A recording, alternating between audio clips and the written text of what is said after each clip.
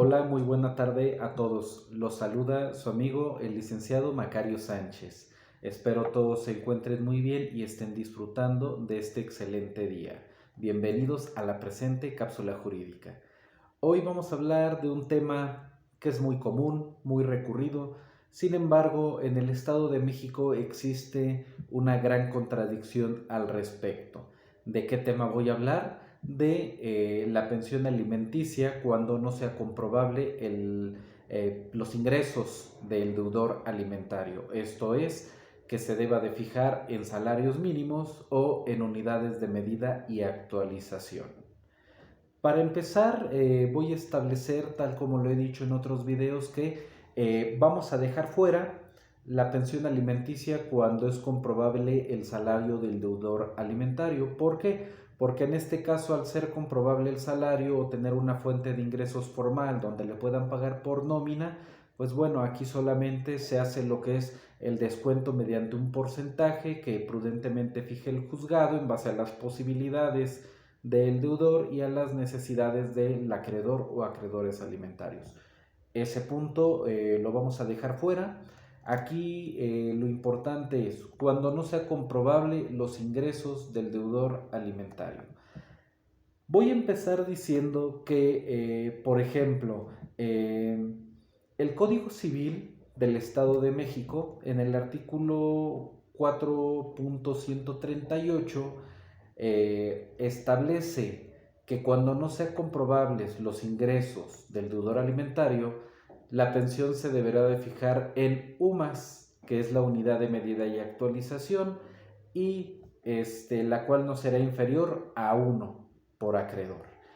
Y a su vez, el Código de Procedimientos Civiles, en el apartado específico, en el procedimiento especial del divorcio incausado, esto es en el artículo 2.373 del Código de Procedimientos Civiles, establece igualmente que cuando no sea comprobable el ingreso del deudor alimentario, pues también se deberá de fijar en UMAS, que no deberá ser inferior a 1. En este apartado voy a hacer un paréntesis y establecer que la unidad de medida actualización es una unidad que se estableció para que se pudiera cuantificar las obligaciones. Por ejemplo, en este caso, las multas y otro tipo de recargos o, en este caso, obligaciones que existan de las personas. En ese entendido, por ejemplo, tenemos para que pueda ser considerado patrimonio familiar o para que se pueda establecer el patrimonio familiar, la ley establece no debe de ser superior a tantas unidades de medida y actualización. Ese es un ejemplo.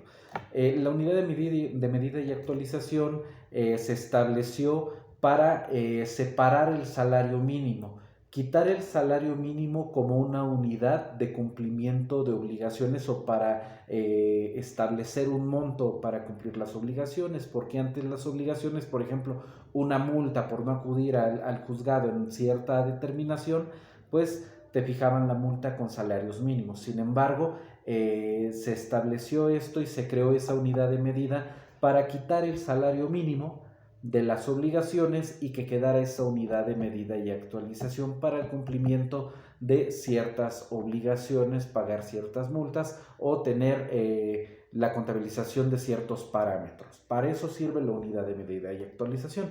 Sin embargo, como se los he estado diciendo, tanto el Código Civil como el Código de Procedimientos Civiles establecen que cuando no sea comprobable el salario del deudor alimentario, se va a fijar en unidades de medida y actualización. Pero aquí entramos en una problemática. El Código de Procedimientos Civiles, en el apartado específico de las controversias del derecho familiar y del estado civil de las personas, establece en el artículo 5.43 que cuando no sean comprobables los ingresos del deudor alimentario, ¿qué creen? Aquí en esta parte dice que será fijado en salarios mínimos. Y es prácticamente igual el artículo, tiene el mismo texto, la misma finalidad que el artículo 4.138 del Código Civil, que lo establece en UMAS, y el artículo 5.43 lo establece en salarios mínimos. Ahí entramos en un gran debate y decimos, bueno, ¿cómo se debe de fijar? Porque la realidad es que hay juzgados que te fijan la pensión en UMAS, hay juzgados que te fijan la pensión en salarios mínimos. Pero ¿cómo puedes tú establecer un parámetro correcto? Como ya yo lo establecí, la unidad de medida y actualización es un parámetro que se creó para cumplir ciertas obligaciones, pero en este caso la pensión alimenticia no es una obligación como pagar una multa o fijar el límite máximo para ciertas operaciones o para fijar algún otro tipo de situación, sino la pensión alimenticia debe de ser fijada con otro parámetro diferente. Y en ese entendido existe una jurisprudencia que, si bien fue establecida por el séptimo circuito, en este caso que es Veracruz, fue por el primer tribunal colegiado de Veracruz, no menos cierto es que esa jurisprudencia no es obligatoria para otros circuitos o para otros tribunales colegiados de ese mismo circuito, y mucho menos para la Suprema Corte o para otras autoridades superior a la autoridad que dictó dicha jurisprudencia, tal como lo establece la ley de amparo en la cuestión de ante qué órganos son obligados a cumplir o aplicar cierta jurisprudencia. En este caso es el primer tribunal colegiado del séptimo circuito, que es de Veracruz, y por lo tanto no podríamos aplicarlo obligatoriamente. Esta jurisprudencia tiene el registro digital 2018-733, ahí para que se pueda checar en el Semanario Judicial de la Federación y puedan buscar la información que les voy a comentar. Esa jurisprudencia, como ya lo establecí, es orientadora, pero nos da una pauta muy válida para nosotros poder reclamar ante la autoridad cuando se fije la pensión en unidades de medida. ¿Por qué? Esa jurisprudencia nos establece que la unidad de medida y actualización se creó para la finalidad de cumplir obligaciones. En este cargo, multas, obligaciones fiscales, entre otras obligaciones que existan no solo en materia judicial, sino en otro tipo de leyes y reglamentos. Por lo que esa misma jurisprudencia llega al entendido de que el salario mínimo fue creado para satisfacer las necesidades básicas de un jefe de familia o de un padre de familia. En este caso, pues las necesidades básicas son la alimentación, la salud, el estudio, entre otros factores, los cuales se complementan o tienen mucha similitud con el derecho a recibir alimentos. El concepto de alimentos contiene muchos de esos elementos que contiene la finalidad del salario mínimo. Es por eso que ese tribunal colegiado en dicha jurisprudencia llega a la conclusión de que la medida correcta para fijar la pensión alimenticia es el salario mínimo y no la unidad de medida y actualización.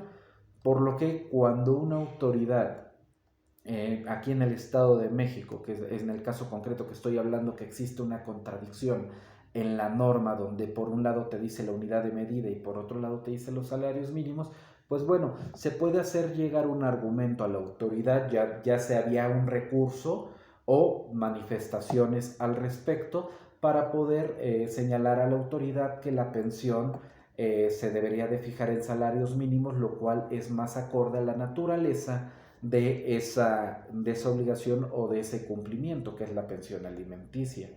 En este caso también podemos reforzarlo con el interés superior del menor.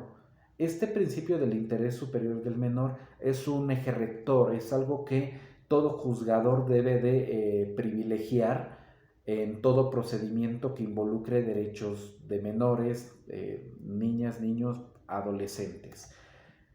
Este principio es un principio, como lo dije, básico y fundamental, el cual deben de seguir todas las autoridades. En este caso, por ejemplo, se debe de aplicar en el mayor beneficio al acreedor alimentario. En este caso, ¿cómo lo explico? Bueno, Si por un lado el Código Civil te establece que la pensión alimenticia se debe de fijar en unidades de medida y actualización, y por otro lado te dice que se debe de fijar en salarios mínimos, pues hay que hacer una interpretación más favorable a ese interés superior del menor. En este caso, hay que hacer esa interpretación más extensiva, es decir, que proteja de mayor manera a los menores de edad, a los niñas, niños y adolescentes. ¿Cuál es la conclusión que tendríamos? Bueno, en base a esa interpretación y a la aplicación de ese principio a favor de los menores de edad, pues tenemos como resultado que la interpretación más favorable es la que establece el salario mínimo, robustecido con esa jurisprudencia que es de carácter orientador, más no obligatoria para nuestro circuito judicial, que es el segundo circuito. Por lo que nada más sería de manera orientadora, pero con todo ese argumento podríamos lograr que la autoridad pudiera cambiar una pensión cuando la haya fijado en unidades de medida, porque la unidad de medida muy evidentemente está muy por abajo del salario mínimo. La unidad de medida aumenta, pero no aumenta tanto como ha aumentado el salario mínimo. Ahorita ya está en más de 200 pesos. Y la unidad de medida pues prácticamente llega a la mitad de lo que es el salario mínimo, por lo que sí sería prudente que defendiéramos esos derechos de los menores de edad con un poco más de argumento, que aunque no es obligación de nosotros porque existe suplencia de la queja, esto es que aun cuando no le demos argumentos suficientes a la autoridad debe de privilegiar ese derecho de los menores y ese interés superior de ellos para lograr la mayor protección, pero sabemos que muchas de las veces no pasa. Incluso si las personas llegan a un convenio y estableces tu convenio con unidades de medida, pues la autoridad no te va a poder obligar a fijarlo en salarios mínimos porque en primera pues, existe el acuerdo de ambas partes y en segunda, pues bueno, tenemos por un lado que la ley dice que será en unidades de medida y por otro lado te dice que será en salarios mínimos, pero si ambas partes acuerdan que sean unidades de medida y no hay riesgo para los menores de edad, pues bueno, en este caso lo podría aprobar. Pero en otros casos donde, por ejemplo, la litis está abierta, es decir, que el procedimiento se esté desahogando naturalmente, sin convenio, que haya audiencias, que haya pruebas, todo ese desahogo correspondiente, pues durante todo el juicio puede pasar un año, año y medio, 2 años, y la pensión, si la fijó en UMAS, pues se estaría dando en UMAS, pero nosotros podemos pelear porque sean salarios mínimos, porque existe una contradicción en la ley y la contradicción debe de resolverse en base a lo que más beneficie a los menores de edad y como lo establecí de manera orientadora con esa jurisprudencia que ya les comenté, que les repito, su registro digital es el 2018-733 para que lo puedan buscar y puedan checar lo que establece dicha jurisprudencia.